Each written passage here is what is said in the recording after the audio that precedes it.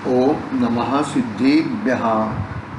नमो अरिहन्ताणं, नमो सिद्धाणं, नमो आयर्याणं, नमो वज्रायाणं, नमो लोये सौवसाहूणं। मंगलम भगवान वीरो, मंगलम गौतमो गण, मंगलम कुंदकुंधार्यो, जैन धर्मोस्तु मंगलम।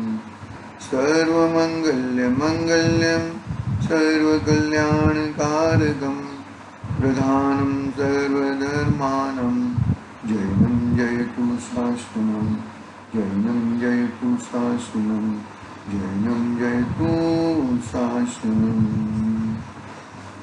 हीनात्मबुद्धयतात्मेव परत्वेनैव चापरम्, अक्षयनन्तबोधाय नमस्तु परमात्मने, नमस्तु परमात्मने। चेतिले चेतन, चेत्या विना किम चालसे।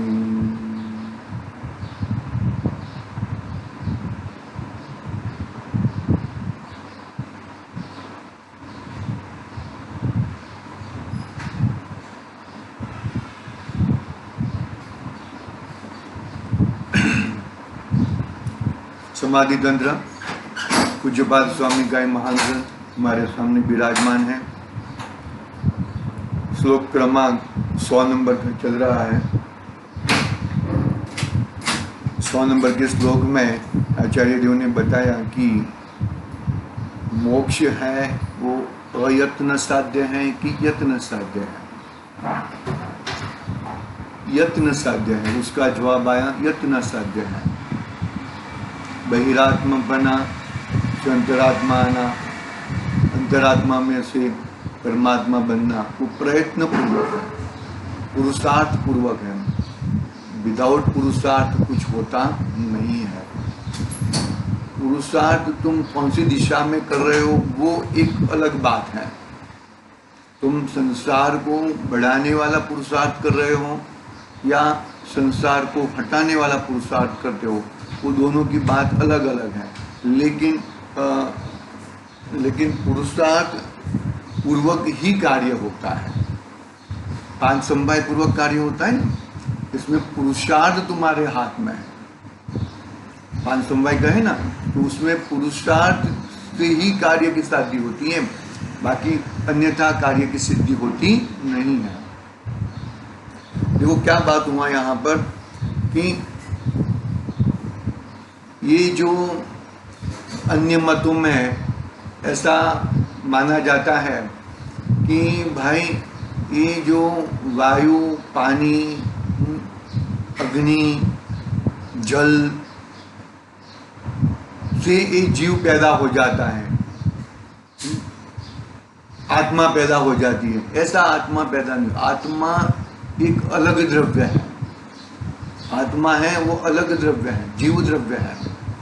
जीव द्रव्य, द्रव्य 6 कहे ना, तो एक द्रव्य में से दूसरा द्रव्य पैदा नहीं होता। सब 6 द्रव्य अपनी अपनी सत्ता में रहते हैं।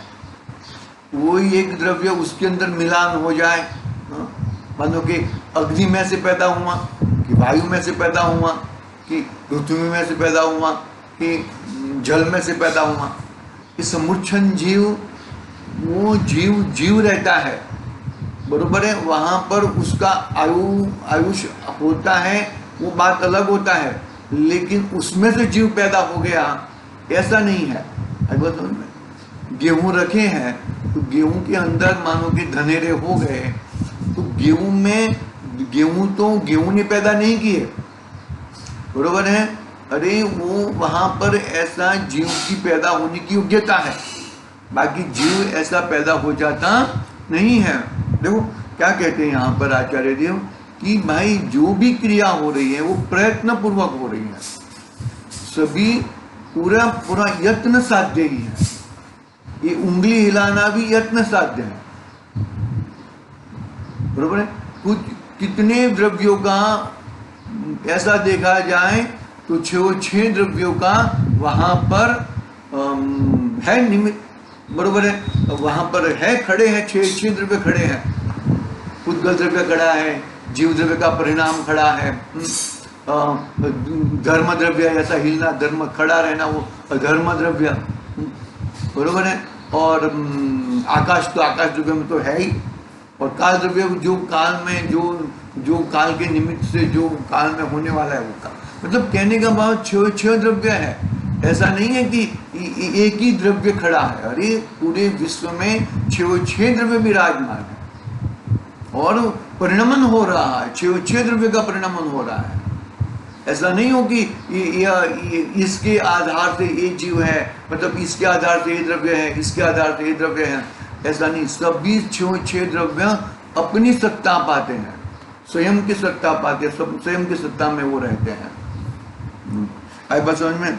अपना भावार्थ चल रहा था, वो चारवाक मत और सांख्यानुमत का खंडन किया आचार्य देव ने कि भाई जो बताते हैं पंचभूत में से ये आत्मा पैदा होता है और फिर पंचभूत में मिल जाता है और वो मोक्ष हो गया, ऐसा कुछ नहीं है, ऐसा कुछ होता नहीं है। यदि पंचभूत में आत्मा पैदा हुए हैं तो सभी के एक स्तर के कर्म होने चाहिए, सब, किसी को ज्यादा, किसी को कम, किसी को उल्टे, ये सब कर्म, हाँ ये सब बाकी है। हाँ पी लो जो बाकी जो, हाँ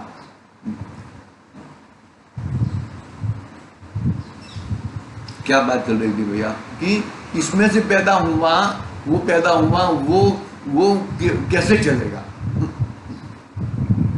बात बहुत ही महत्वपूर्ण बात है, ये महत्वपूर्ण बात हमें समझनी चाहिए। सभी, मतलब इस सभी, मानो कि ये बात चल रही थी ना अपनी, कि मानो कि ये सभी जीव एक पंचभूत में से पैदा हुए हैं, तो सभी के कर्म एक स्तर के होने चाहिए, सभी के ढांचे एक स्तर के होने चाहिए, सबका वो होना चाहिए। तो क्यों ऐसा? अरे भाई, कर्म नाम की भी व्यवस्था है, बरोबर है, और कर्म से छूटने का, कर्म से बाहर निकलने का ऐसा प्रयत्न भी है, यत्न भी है, ऐसा प्रयास भी है, ऐसा पुरुषार्थ भी है।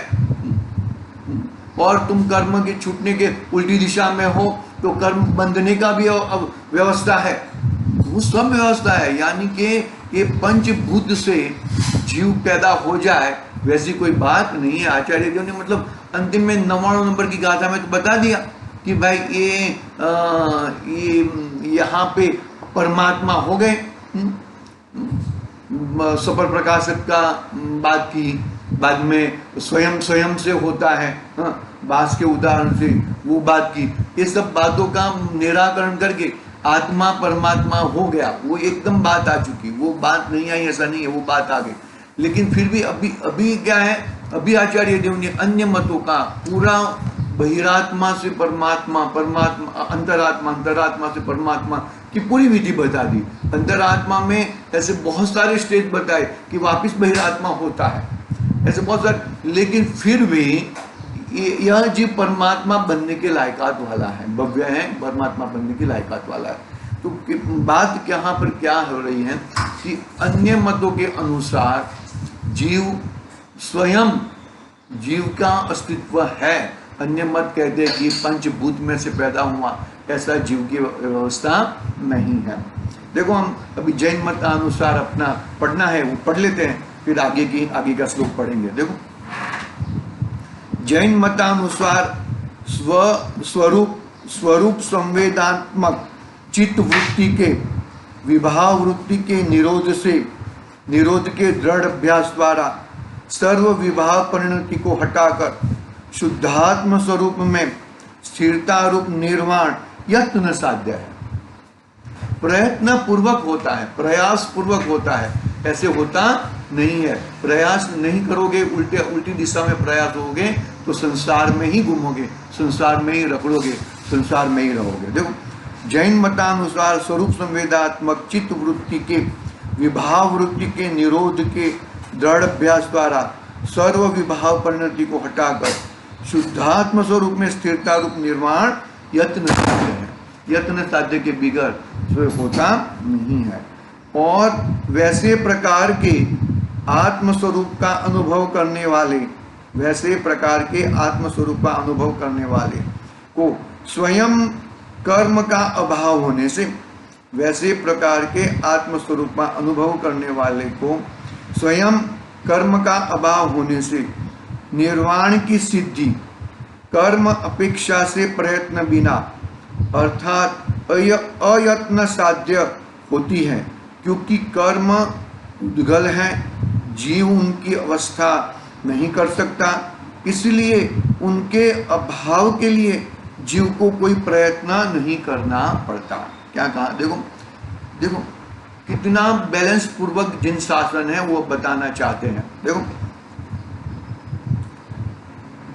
पहले यत्न साध्य बताया, और वैसे प्रकार के आत्म का अनुभव करने वाले को स्वयं कर्म का अभाव हो जाता है। मुझे कर्म का अभाव करना है, मुझे मुझे कर्म उदय में आ रहे हैं तो मुझे कर्म का अभाव करना है। अरे अपने स्वरूप में रहना वो भी यत्न साध्य है। मैं इसका कुछ कर सकता नहीं हूं, वो भी यत्न साध्य है। वो है ना, वो श्रद्धा है, श्रद्धा गुण है। देखो क्या कहते हैं यहाँ पर, वैसे प्रकार के आत्मस्वरूप का अनुभव करने वाले को स्वयं कर्म का अभाव होने से, स्वयं कर्म का अभाव, निर्वाण की सिद्धि कर्म अपेक्षा से प्रयत्न बिना, कर्म में अपेक्षा नहीं है, कर्म में कोई अपेक्षा नहीं करना है कि ये कर्म कर दूं और मुझे हो जाए, ये कर्म क्षय कर दूं ये हो जाए। अरे तू तेरे स्वभाव में रह जा, वो भी यत्न साध्य है, वो भी है। देखो अपेक्षा, कर्म अपेक्षा से प्रयत्न बिना अर्थात अयत्न साध्य होती है, क्योंकि कर्म उद्गल है, जीव उनकी अवस्था नहीं कर सकता। मतलब पर द्रव्य में मैं कुछ कर सकता नहीं हूं, मैं मेरे द्रव्य में भी कुछ कर सकता हूं।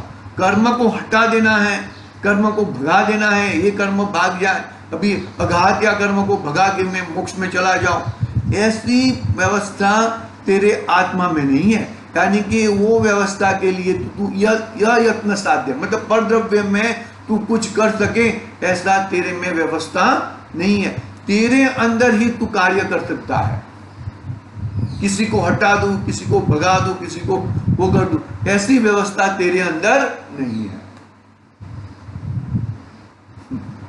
पकड़ना बात को अच्छी तरह से, शांति से, धीरज पूर्वक, बहुत महत्वपूर्ण बात है। मतलब दोनों बैलेंस के साथ तुम तुम्हारा कार्य कर सकते हो, लेकिन तुम परद्रव्य का कार्य कर सकते नहीं हो। तुम तुम्हारे में स्थित रह सकते हो, तुम तुम्हारे में स्थित रहोगे तो बाहर का जो उदय आएगा और चला जाएगा, आएगा और चला जाएगा, ऐसा हो सकता है, ऐसी व्यवस्था हो सकती है। लेकिन इसके कारण पकड़ना बात को अच्छी तरह से, जरा समझना धीरज से, इसका मैं कर दूं, उसका मैं कर दूं, उसका वो कर देगा, ऐसा नहीं है। पर में तुम्हारा यत्न, तो वो पर में यत्न करोगे तो मिथ्या दृष्टि हो जाओगे, यानी कि बहिरात्मपना में चले जाओगे। और वो यत्न बाहर में, जो बाहर की अवस्था है वो मेरी नहीं है, और मैं तो जीव तत्व हूं, कर्म की अवस्था कर्म में है और मेरी अवस्था ज्ञान में ही है, वो अंदर आत्मापना आएगा, बरोबर है। और वही चीज में मैं रह जाऊं, वहां पे मैं स्थिर, प्रयत्न पूर्वक, प्रयास पूर्वक, यत्न पूर्वक, बुद्धि पूर्वक, पहले तो बुद्धि पूर्वक, बाद में अबुद्धि पूर्वक रह जाता है अपने आत्म स्वभाव में। पहले बुद्धि पूर्वक रहना पड़ता है अंदर, वो बुद्धि पूर्वक रहना वाली के अंदर आत्मा, और बाद में अबुद्धि पूर्वक, अरे मैं यही हूं, ऐसा विकल्प नहीं, विकल्प द्वारा नहीं, ऐसा ही, तो वो अयत्न साध्य हो गया। मतलब पर पदार्थ में तुम कुछ कर सकते नहीं हो, इसके लिए वो अयत्न साध्य, वो तुम्हारी बस की बात नहीं है। और तुम्हारे तो तुम तुम्हारे द्रव्य के अंदर कुछ कर सकते हो, तुम तुम्हारे द्रव्य के अंदर स्वरूप में रह सकते हो, वही प्रयत्न है, वही यत्न है, उसमें ही वही हमारा कार्य है, और कुछ कार्य नहीं है। स्वयं में देखो, साकर और नमक मिक्स हो गए, दोनों सफेद सफेद है, दोनों मिक्स हुए हैं, तो साकर कितनी नमक रूप हो गई, और नमक कितना साकर रूप हो गया कि नहीं भाई, भले क्षीरसागर होने के बावजूद भी उनका साकर का ऐसा कोई यत्न नहीं है कि वो नमक रूप हो जाए, और नमक का ऐसा कोई यत्न नहीं है कि साकर रूप रह जाए, साकर रूप हो जाए। नमक नमक में रहे वही उसका यत्न है, वही उसका प्रयास है, वही उसका पुरुषार्थ है, और साकर साकर में रहे वही उसका पुरुषार्थ है, वही उसका यत्न है। पकड़ में आई भाई? बहुत ही समझने जैसी बात। मतलब मैं उसका कर सकता हूं, वो यत्न अयत्न है, वो मेरा कर सकता है, वो अयत्न मैं मेरा ही कर सकता हूं, स्वयं स्वयं का ही कर सकता हूं। आगे की बात आई ना, जो अग्नि प्रकट होती है ना, वो बांस के ऊपर घिस के, बांस का झाड़ है, वो बांस के ऊपर घिस के वो अग्नि प्रकट होती है, वो यत्न है। क्योंकि अग्नि प्रकट होना है ना, अग्नि प्रकट होना है, वो यत्न है। मोक्ष जाना है, वो यत्न है, यत्न पूर्वक है। और मैं कर्म को क्षय कर दूं और मोक्ष में नहीं पाए तो तू नहीं कर्म बांध देगा, क्योंकि कर्म को क्षय करने की तेरे में शक्ति नहीं है। बात समझ में? कर्म है, कर्म की अवस्था है, वो उसकी अपनी स्थिति, अपना अनुभाग लेके आई है, और वो अपने हिसाब से चली जाएगी। तुम उसमें कुछ छेड़छाड़ करोगे तो नहीं कर्म बांधोगे भैया। तो वो करने का तेरा वो पुरुषार्थ अपुरुषार्थ है, वो अयत्न है। वो देखो आगे बढ़ते हैं। योगी जनों को अति उग्र तप व ध्यानादि करते समय किसी भी प्रकार का खेद अथवा दुख नहीं होता, परंतु अपने लक्ष्य की सिद्धि होती देख तप ध्यान आदि करने में आनंद मानते हैं। अरे आनंद ध्यान आदि करने में नहीं, वो तो अपने आनंद में रहते हैं, अपने स्वभाव में रहते हैं, बहुत ही आनंद पूर्वक रहते हैं। बाहर की अवस्था से मेरा कोई लेना देना नहीं है। देखो, योगी जनों को यति उग्र तप व ध्यान आदि करते समय किसी भी प्रकार का खेद अथवा दुख नहीं होता, किसी भी प्रकार का खेद अथवा दुख नहीं होता, परंतु अपने लक्ष्य की सिद्धि होती देख तप ध्यान आदि करते में आनंद मानते हैं। वो अपने में ही रहते हैं। जब मैं ये तप कर दूं, मैंने ये तप चालू किया है, मैंने वो किया है, वो आनंद मानते हैं। वो उसमें वे शरीर को आत्मा के भिन्न समझते हैं, वे शरीर को आत्मा से भिन्न समझते हैं। इसलिए शरीर कृश होने पर वे खेद खिन्न नहीं होते, वे खेद खिन्न नहीं होते, तथा उपसर्ग के समय अपने साम्य भाव की स्थिरता को नहीं छोड़ते। उपसर्ग के समय अपने साम्य भाव की स्थिरता को नहीं छोड़ते। कहाँ भी है कि देखो अपने सामने, अरे उपसर्ग किसको हो रहा है? देखो, यदि मैं मेरे आत्मा के उपसर्ग और कोई कर सकता नहीं है, किसी की ताकत नहीं है। मुझे क्रोधी करने का स्वयं मैं क्रोधी हूं तो मैं क्रोधी हो सकता हूं, बाकी अन्य कोई मुझे क्रोधी करा दे उसमें कोई दम नहीं है, वो बात में कोई दम नहीं है।